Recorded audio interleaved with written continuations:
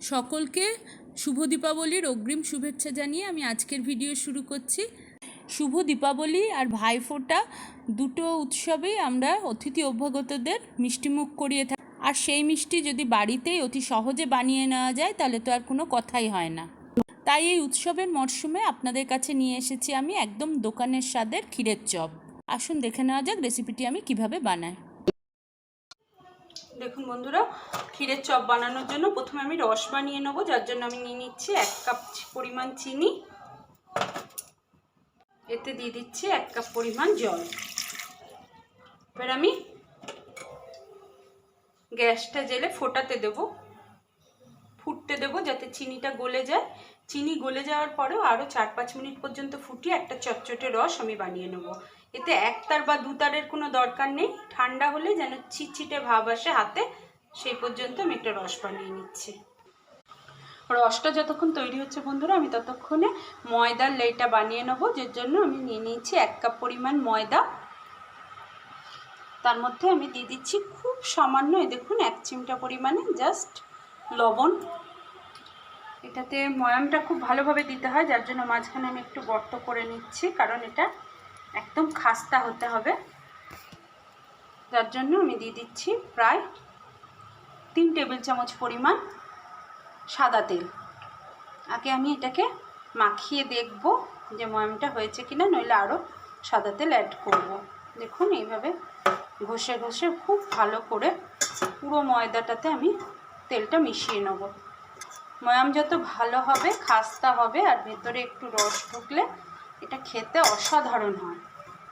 তো ময়দাটাকে আমি সমানভাবে তেলটা মিশিয়ে দিয়েছি ময়দাটার সাথে। এই সময় দেখুন আমি এরকমভাবে মুঠো করে দেখবো, দেখুন বেঁধে যাচ্ছে, আবার এরকম হাত দিলে এরকম ভেঙে ঘুরিয়ে যায়, তার মানে আমার ময়াম হয়ে গেছে। আর দেবো না তেল। আমি এটাকে অল্প অল্প করে জল দিয়ে একটা মিডিয়াম শক্ত লেই বানিয়ে নেব। দেখুন বন্ধুরা, আমার রসটাও হয়ে গেছে। দেখুন এইভাবে আমি তুলে রাখছি।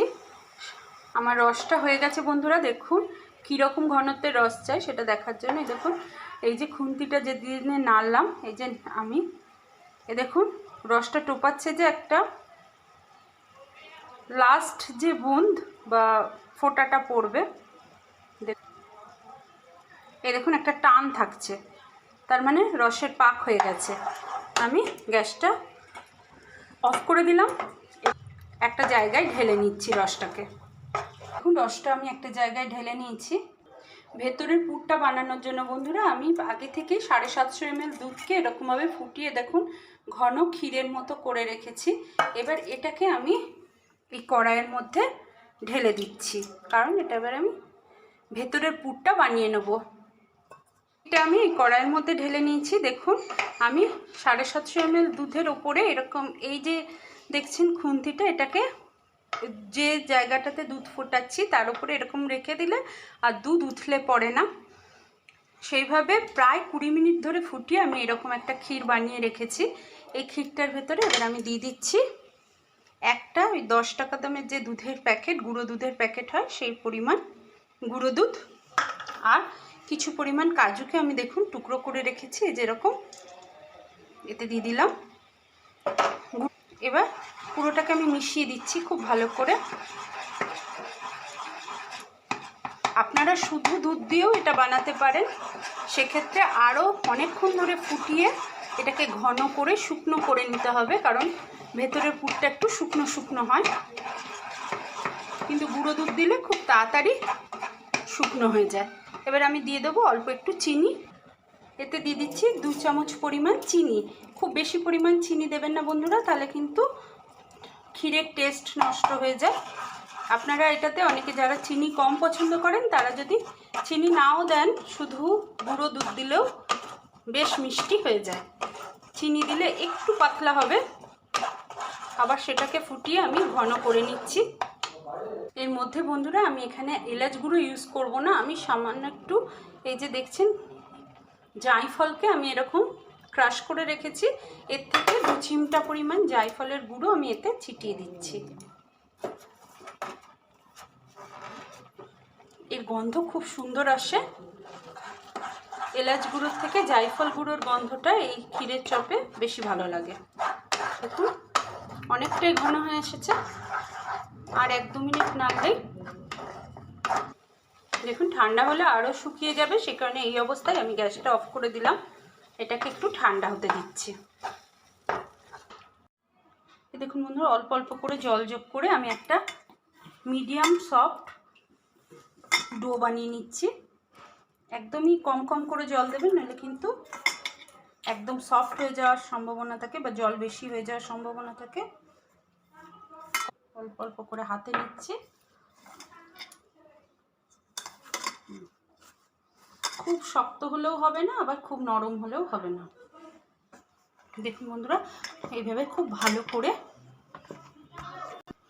মথে নিয়েছি। এ দেখুন একটা মিডিয়াম, এই দেখুন হাত দিলেই বুঝতে পাচ্ছেন জিনিসটা খুব শক্তও নয়, খুব নরমও নয়, এরকম একটা ডো বানিয়ে নিয়েছি।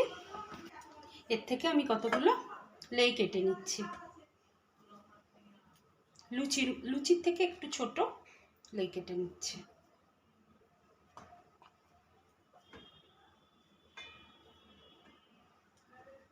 এগুলোকে আমি লেচি বানিয়ে নিচ্ছি, হাত দিয়ে ঘুরিয়ে ঘুরিয়ে এরকম।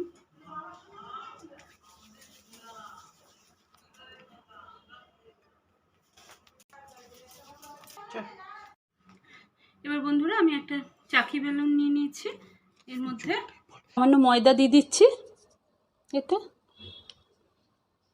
এবার লুচি যেমন বেলে সেরকম পাতলা করে আমি এটা একটা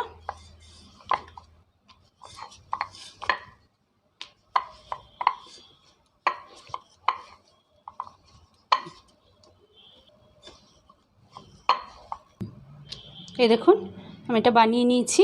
এর মাঝখানে দিয়ে দিচ্ছি, এই যে পুরটা ঠান্ডা হয়ে গেছে, এই ক্ষীরের পুর আমি মাঝখানে দিয়ে দিচ্ছি।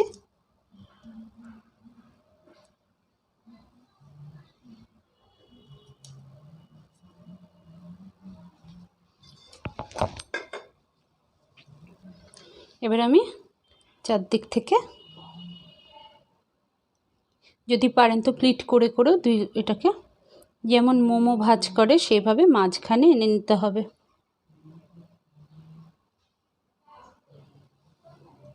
আবার এমনি সাধারণভাবেও নিয়ে নিতে পারেন। এই দেখুন মাঝখানে দিয়ে দিলাম। এই যে বাকিগুলোকেও দেখুন বানিয়ে নিচ্ছি। আমি আপনাদের আরেকটা বানিয়ে দেখাচ্ছি।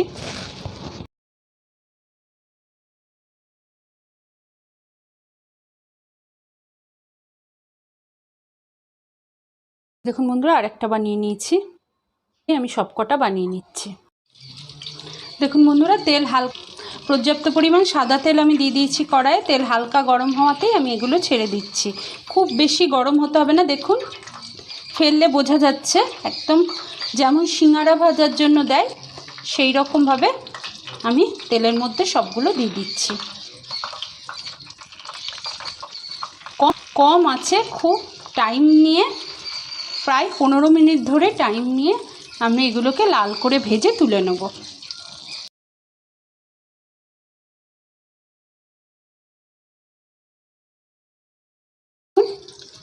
এর থেকে বাবলস উঠছে।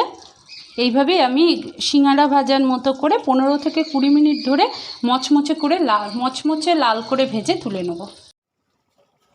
দেখুন বন্ধুরা প্রায় 15-20 মিনিট ধরে আমি উল্টে পাল্টে এটাকে ভেজেছি। দেখুন ঠিক সিঙ্গারার যেরকম রং হয় সেরকম রং হয়েছে, দেখুন মুছে হয়ে গেছে জিনিসটা।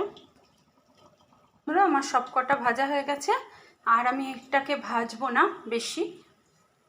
এবার আমি এগুলোকে সব তুলে, এই যে আমি আগে থেকে একটুখানি গরম করে নিয়েছিলাম, দেখুন এই যে রসটাকে হালকা গরম করে নিয়েছিলাম, এই রসের মধ্যে ফেলে দেবো একটা একটা করে। বেশিক্ষণ রাখতে হবে না, মিনিট 2-3 ডুবে থাকার পরেই আমি এটাকে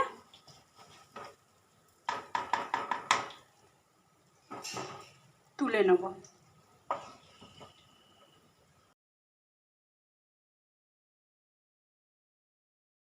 পাঁচটাকে আগে আমি ভিজিয়ে নেব কারণ যদি না ধরে চিমটা জাতীয় জিনিস দিয়ে উল্টে দেবো।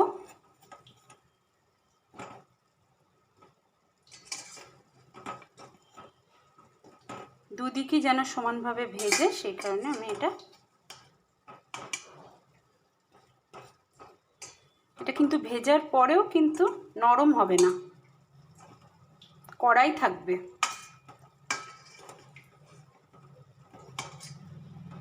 এই দেখুন হয়ে গেছে।